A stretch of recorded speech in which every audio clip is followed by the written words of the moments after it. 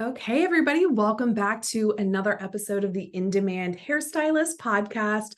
I am thrilled that you're here today. I'm going to be talking about a topic that I believe a lot of people struggle with, especially nowadays with social media, and that is confidence. I don't know about you, but for me, I know that I have struggled along the way with confidence as a hairstylist, confidence as a salon owner, confidence as an entrepreneur, confidence as an online educator. And so here's the thing about confidence is it's not something that just magically happens. I think it's something that happens over time. And I do believe that it's actually something that you can become better at. So if you're somebody who is naturally self-doubting, if you're somebody who naturally has a tendency to always compare yourself to others, then today's episode is going to be for you. So today I want to share with you 4 ways that you can start to improve your confidence. And I'll share what those 4 things are, and then we'll kind of go through each of the ways. Okay, so the first way that you can improve your confidence is to surround yourself with good mentors.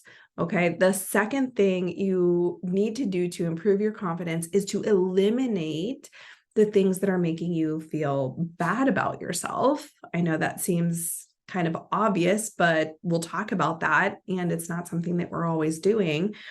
Number 3 is to stretch yourself, get comfortable with being uncomfortable. And number 4 is to track your progress. Okay, so those are the 4 ways, the 4 things that we're going to talk about today that you can start to improve your confidence no matter what role you are in, whether you're a hairstylist in the salon, maybe you're a salon owner, maybe you're both.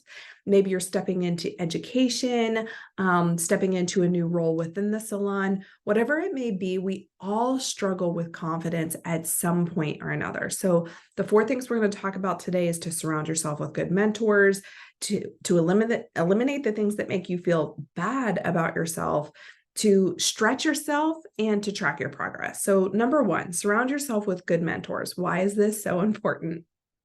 This is so crucial to your growth. Surrounding yourself around people who are either doing the thing that you want to do, living the life that you want to live, or just generally the kind of person that you strive to be.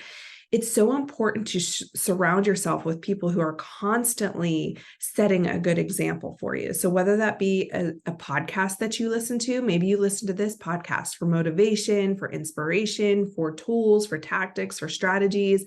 This is a podcasts are great mentors to have, people to surround yourself, quote unquote, with, even though you're listening, right? It's information that you're taking in. So surround yourself with good mentors. That can be, like I mentioned, a podcast. It could be a social media educator, influencer. It could be your boss in your salon. It could be a coworker. It could be somebody that you've come across on social media and you love their work and it inspires you, right? So it's so important to surround yourself, whether it be digitally or in real life, or in person. Surrounding yourself with good mentors is what's going to keep you motivated and inspired. So it gives you something to continually look forward to doing. Sometimes what I see is that stylists, especially if they work by themselves, they kind of get uninspired. And when you're feeling uninspired, you're going through the motions. And honestly, it's at our human nature to want to grow and evolve. And when you're staying stagnant, you just don't feel good about yourself, right? So it's so important to stay motivated, to stay inspired. And the way you do that is to surround yourself with good mentors. The other piece of having good mentors is that it is somebody or a place that you can go to get guidance and to get answers for questions that you might have. It might be a place for you just to get, clarity in a certain area that you need support in. So having good mentors is so incredibly important to keep the ball rolling, to keep you motivated and inspired, to have a resource to go to when you do have questions or need that extra layer of support. So find good mentors. Okay, that leads me to my second point, which is to eliminate the things that make you feel bad. And that might be some people that you're following on social media.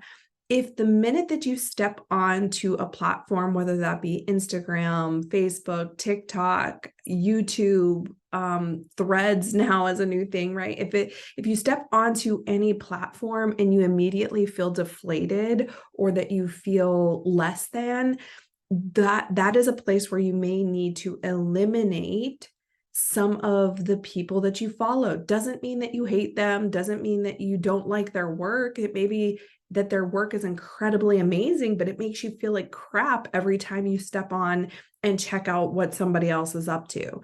So I've talked about this in previous episodes where there is one particular woman who I actually admire very, very much. And for a while, she would be putting content out that was really valuable. It was great content, but something about her made me feel like crap about myself. Now I'm self-aware and I can know this, and this might be just, I'll share this, it may be helpful for you, is that anytime that you feel triggered, whether that be jealous or you're just envious of somebody, if you notice about somebody else, something about them, it's usually something that's within you that hasn't come out yet, right? So this particular woman was very bold and confident, and she just kind of said whatever she wanted to say, and she was impactful because of that. Well, for me, I wasn't quite there yet. I wasn't speaking boldly. I wasn't saying some of the things that I knew that I wanted to say, but I was kind of too afraid to say. And so when I saw her doing it, it like triggered me. It immediately made me feel like I was less than, that I wasn't good enough, that all of these things. So even though I admired her, I had to temporarily disconnect and not unfollow her, but just stop following and checking in on the things that she was doing, right? So I muted her for a bit, got myself together, worked on myself, did myself, and then I came back and re-engaged with her on social media once I felt better. She had no idea that all of this was going on. It was behind the scenes. It wasn't about her. It was about me and the lack within me and the lack of self-confidence in myself. It wasn't about her at all. It was about me. So if you need to disconnect a little bit on social media, maybe mute some people, maybe not be on social media as much. If you find yourself comparing, it may be time to eliminate some of the things that make you feel bad about yourself.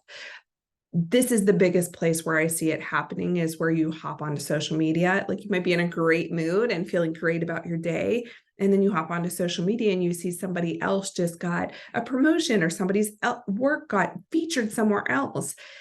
If you're confident and you're secure in yourself, you should be able to celebrate these people and celebrate the things that are happening on. But if you are finding that you aren't celebrating, not happy for people, then it may be a place for you to look and to really do some work within yourself, to start working on yourself.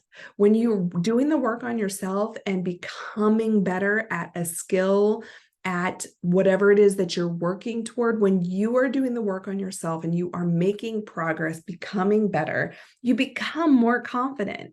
And when you're doing the work, like the comparison trap kind of goes away. It kind of just fizzles. You're not comparing yourself because you're doing so much work on yourself that you don't have time to compare yourself. And even when you do, and you see other people who are doing the same thing, working to make themselves better and to achieve their dreams, you're like in a mode where you're cheering them on. So that's a really good indicator when you may need to step back and take a break from either social media or whatever it is that is making you feel like crap about yourself, right? It could be another coworker, like you're constantly comparing yourself to a coworker who is busier than you are, making more money than you are. The shift is, what can I learn from this person? What are they doing that I'm not doing? What can I take away from what they're creating and kind of implement it into what I'm doing?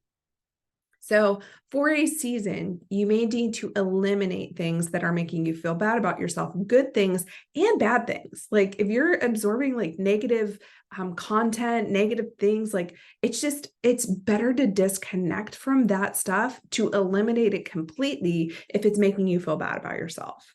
So that's number 2. Number 3, so incredibly important, is to stretch yourself. You're never going to become more confident unless you're willing to be uncomfortable. So I was just in church this last Sunday, and there was a sermon, and he said something that really hit me. And it said, no challenge, no change. I loved that. If you don't challenge yourself, there's nothing that's going to change about your situation. There's nothing that's going to change about yourself.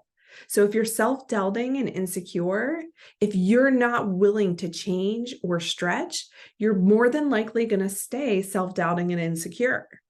But if you're willing to take a step out of your comfort zone, stretch yourself to do something that you're not used to doing, or stretch yourself to suck at something for a little bit, but continue to work on it so that you become better, you're more than likely going to stay the same. So the goal is to stretch yourself, to get comfortable being uncomfortable, to get in this habit of continually stretching yourself, being uncomfortable, doing the thing that stretches you to become better, to get closer to the goal that you're working towards. So number 3 is to stretch yourself, to be in this constant habit of stretching, of getting uncomfortable. That is how your confidence will grow. And last but not least is track your progress. So the first 3 things that we talked about are things that you can kind of do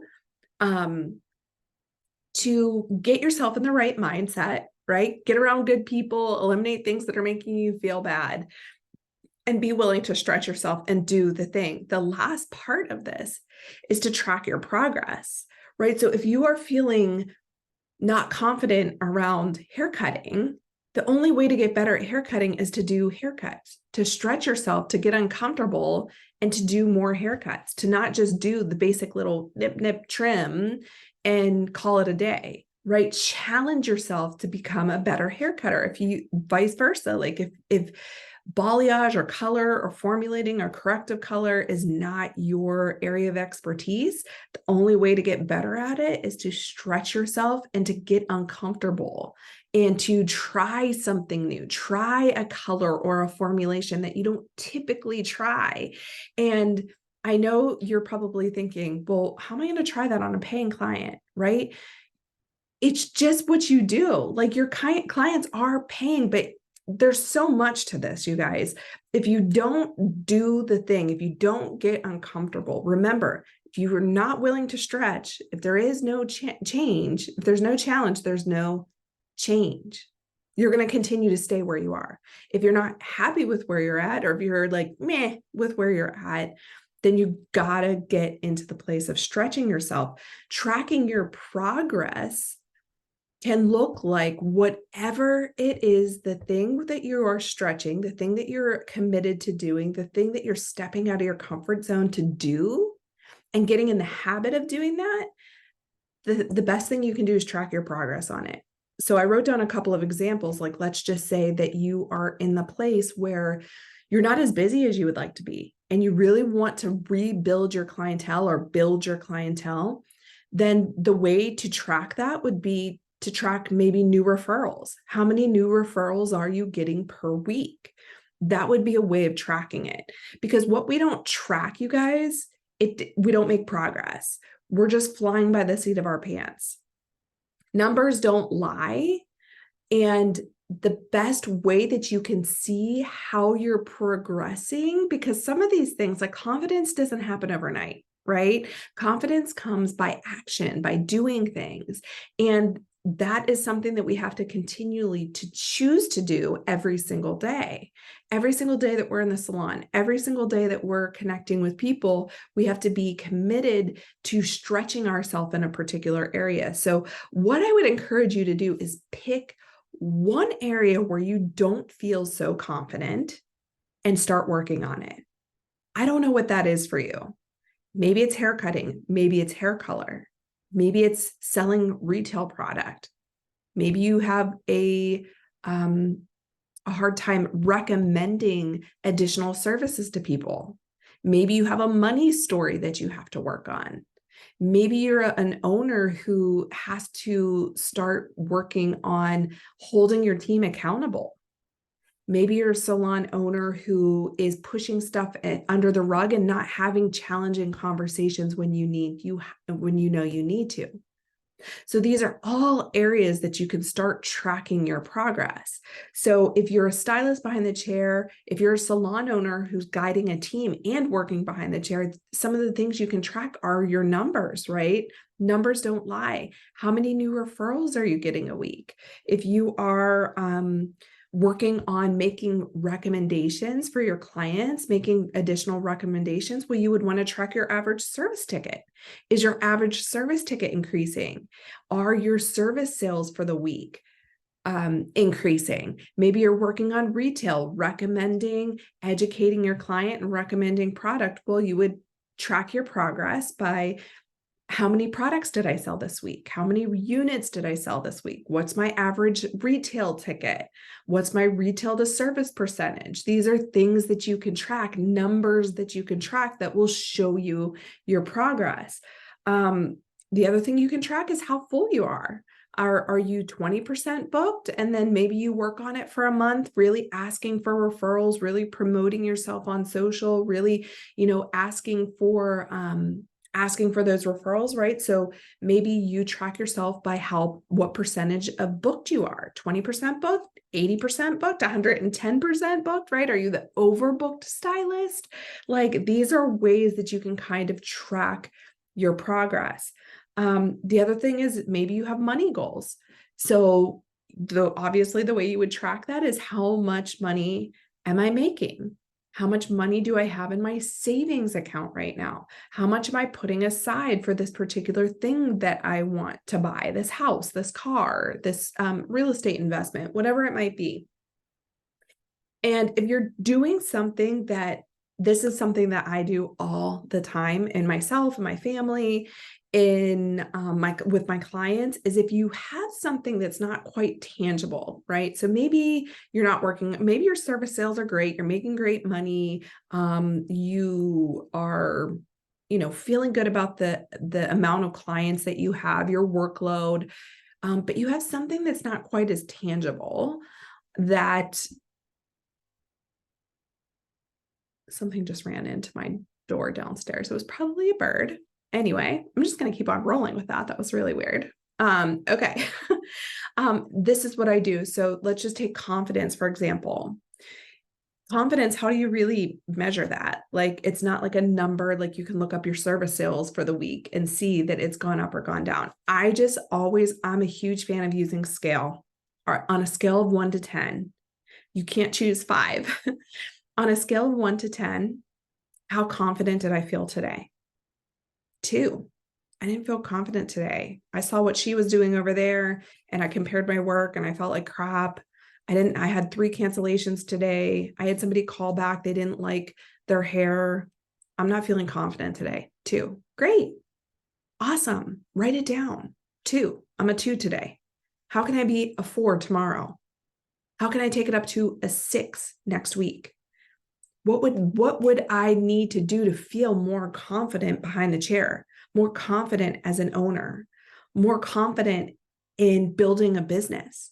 What would I need to do to be more confident, right? So I like using the scale method if you have something that's not quite as tangible, where there's numbers like losing weight, stepping on a scale, right? So on a scale from 1 to 10, how confident do I feel? On a scale from 1 to 10, how good do I feel like I'm doing with getting out of my comfort zone? I was a 9 today. I did something really uncomfortable. Or I was a 1. I actually stayed really in my comfort zone today. Doing these little self-evaluations and grading yourself along the way is so powerful, you guys. And you may not notice it in the day, even in the week, in the month even. But I swear, if you continue to start doing these things and rating yourself and tracking your progress, you will see the progression. You will see change. You will see progress. You will see success, because this is what successful people do. They don't just stay the same. They just don't stay stagnant. They don't just continue absorbing the same information. They're always shifting, changing, gaining new information, becoming better at the things that they already do, implementing the new things that they're doing, and it's always moving. This is where success happens, you guys. So this is where also success happens, but also confidence. And I'm a huge, huge fan of this, is that confidence happens in action. And I wish there was a better way, like I have to sit back and practice and practice and practice before I do the thing, and then I'll be more confident. Yes, practice, but do the thing that you are avoiding doing. Do the thing that feels really uncomfortable. And this is where confidence grows. You become confident in action. And you know that you are powerful, right? You access that power within you, that you're able and capable to do hard things. When you do a hard thing, you're training yourself that you are capable and strong enough to do hard things. And you continue to do hard things, and you stretch that muscle, you build that muscle. And that is where confidence comes from. So I hope this episode was helpful for you guys today. Just to recap, the 4 ways that you can grow your confidence is to surround yourself with really good mentors. Eliminate the things that are making you feel bad about yourself. Number 3 is to stretch yourself on a continual basis. And number 4 is to track your progress. And so thank you guys so much for being here today. Thank you for tuning into this podcast. If you found this helpful, I would love for you to share it with somebody who you think could use it, who you think could use a pick-me-up in their confidence. Also, are we connected in our Facebook group? There's a private Facebook group, the In-Demand Hairstylist. I would love to see you over there. And where else? On Instagram, I am Kristen Baroli. You can follow me on there. I have my first group coaching course that will be launching at the end of this month. So depending on when you're listening to this, In-Demand Business, it's all about creating structure in your business. So speaking of confidence, I can remember when I started feeling more confident as a salon owner and as an entrepreneur. And that is when I started putting systems and structures within my business that empowered me to grow a team, that empowered me to have systems, that empowered me to be organized, that empowered me to be able to have a system to actually grow and scale my business. And that's really when things started really moving a lot faster. My business started growing more, the revenue started pouring in, and I was able to hire more people and grow my team. So this course is an 8-week course. We're going to cover everything from putting employee manuals in place to having one-on-one meetings to how to hire and recruit.